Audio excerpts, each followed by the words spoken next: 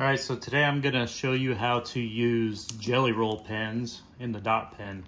We're gonna use this machine here. This is a cheap Amazon machine, like 13 bucks. If you order a dot pen from my Etsy, send me a message there and I will send you the link to it. So first step is get some jelly roll pens. I like the 10 rather than the 6. This is just a green and a regular blue. First thing you're gonna do, loosen the thumb screw. Wind is blowing super hard. Put it in. Don't pinch it down too tight, and don't put it out this way too far. You want it kind of, more that way. And also try to get, you can see how the end of it tapers right there. There's a flat spot there. Try to always grab the flat spot with any pen. Right about there. Make sure you have clearance down here. I put a little O-ring on there. I do that nowadays.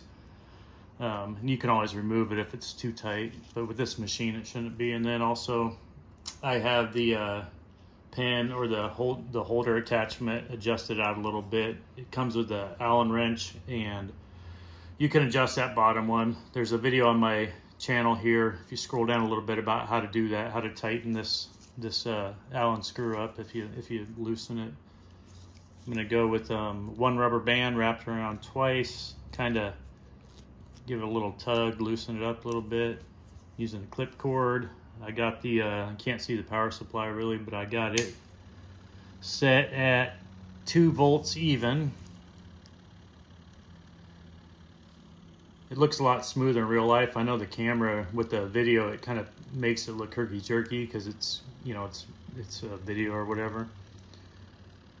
Should be nice and quiet. I don't know if you can hear that.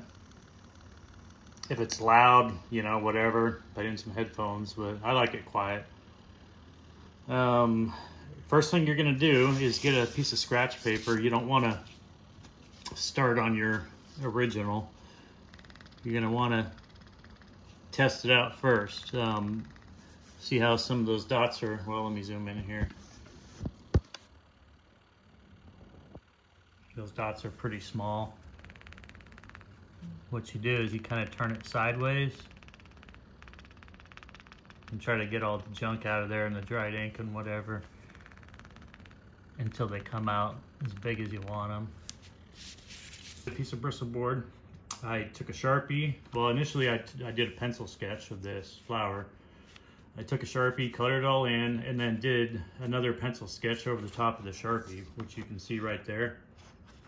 If you need to later, you can go back and erase it, but I'm just probably gonna leave it.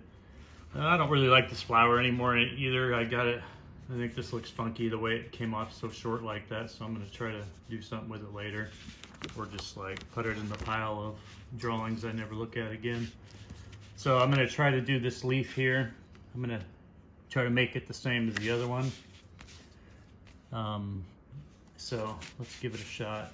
Oh yeah, I also have a piece of felt underneath, and this felt is even on a piece of foam board, which is a little overkill, but I just have it there anyways. So let's turn this back on. We're at 2.3. Clean it up real quick again.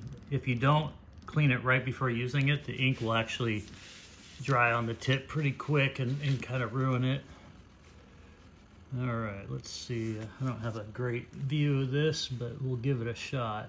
Okay, so initially what I'm gonna do is these bottom lines.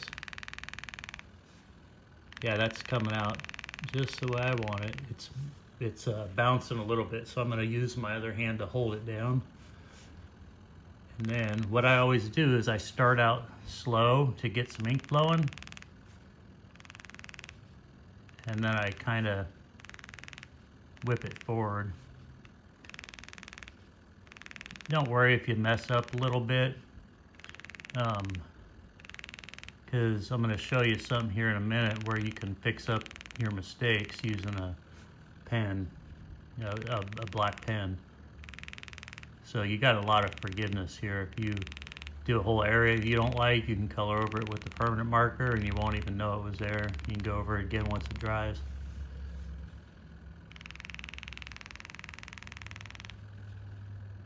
I can barely see what I'm doing here, so I hope I don't mess this up.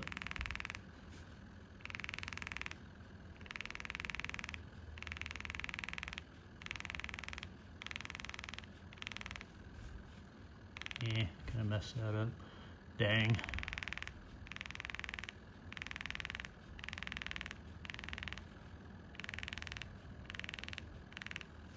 All right, there's one side. And I'm gonna turn the camera off for a minute and let that dry. That's the main thing, is this stuff takes a while to dry. I actually use a little heat gun on low heat. You could use a blow dryer too. And so I'll get done with a little section like this and dry it with that so it dries faster. That way I'm not rubbing my finger through it, because believe me, I do that all the time. So I've learned to just be a lot more patient and dry everything completely before I do anything else. Okay, so let's do that. Okay, that's pretty dry, so turn that back on. We'll clean the tip off.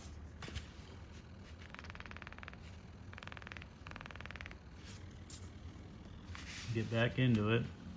Start off with long lines.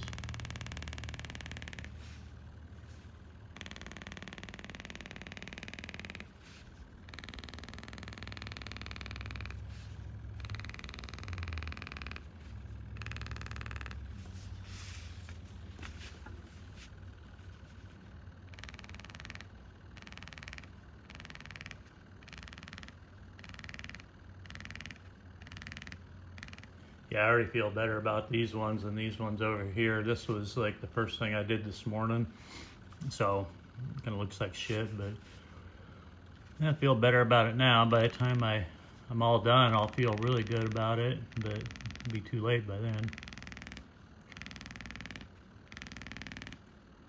It's really important to control the exact speed that it goes. And sometimes it takes a little practice. I always like to start slow, so you get that solid line at first, and then it whips out into dots. I just like that look. I always have. I like it with tattoos. I like it with drawing.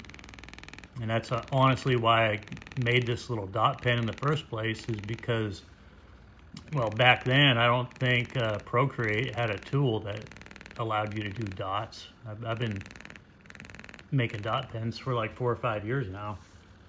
But just to get that look, you know, so I messed around with a lot of stuff until I figured it out. And now this is all I draw with, just because I like the style so much. You can do pretty much any kind of style you want, you know, tattoo style, like woodcut style, medieval engraving style, pointillism. You can do the ballpoint prison style, you know, real fine dots. All right, so that's done. I'm gonna let that dry. Actually, first of all, before we go to the blue, I'm going to show you how to finish this. Like I said, if you make a mistake, it's easy to fix. What I'm going to do is use this here, Staedtler permanent Lumicolor marker. This works pretty good for going over, it goes over the gel print pretty good. The Sharpie does too, but I like this. It's a little bit of a finer tip. So what we're going to do, keep in mind, you have to wait for it to dry. You cannot color over it when it's still wet. We're just gonna go kind of straighten out some of our stuff, kind of make it match the other one. Clean up some of these lines. This makes all the difference. This is why I can get stuff looking pretty clean. It's not because I'm good, it's because I go back and I do this.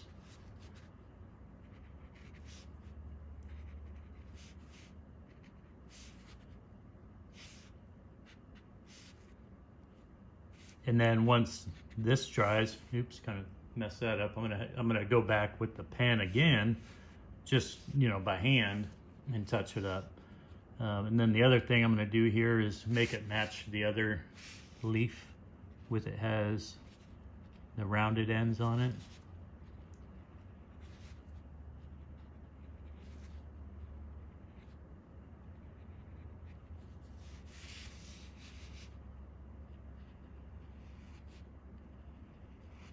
I think with the other one, I also, once I was done with this one, I went back with an even finer tipped micron along the very edge of it, just because this one tends to bleed a little bit too, just like the Sharpie. Okay, so now I'm gonna go in here with the blue pen. I can barely see this stuff. I got the lights turned down really low in here so that the contrast in the video is better. So I can't even see my pencil hardly. But I'm gonna go over what I can see with just a thin pass with this. And you can see the difference when I'm drawing on here, how thin it is versus when I'm doing it with the dot pen. When you're using the dot pen to draw a line, you're shaking up the pen the whole time and forcing a ton of ink to come out, which makes a really thick, really nice line.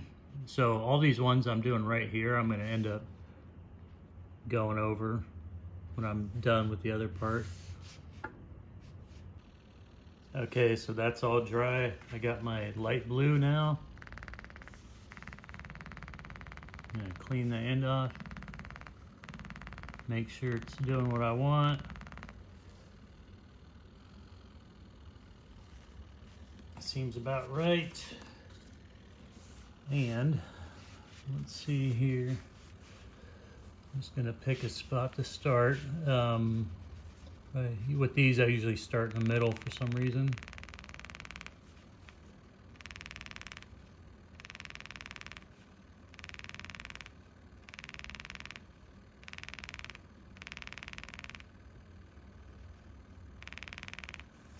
Yeah.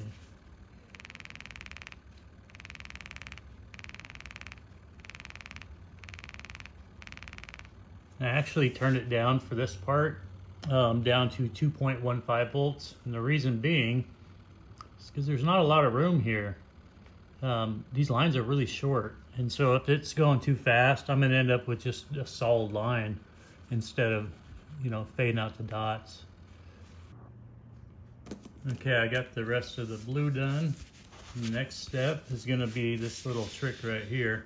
See how there's a black line separating right there, but there isn't down here? Well, it's a lot easier to do it like this and then come back later and go like that. And don't worry if that little thin blue line looks too thin, because we're actually going to go over that too. So it's a multi-layered process. Like, see that? I don't even care because I'm going to go over that.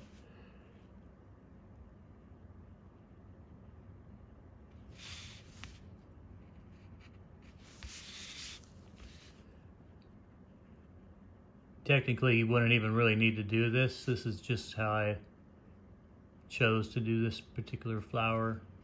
I think it gives it a little bit more interest.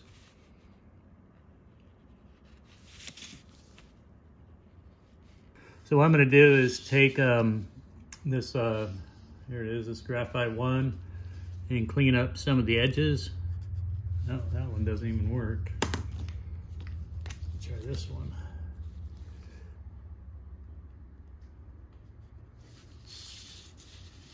Edges, points, all that type of stuff, just to give it a nice clean look. I'm still not sure if I even like this one, so I'll give it a half-hearted attempt, and then I'll look at it for a few days, and I'll either put it in a pile somewhere, or if I decide I like it, I'll put it on sale on Etsy.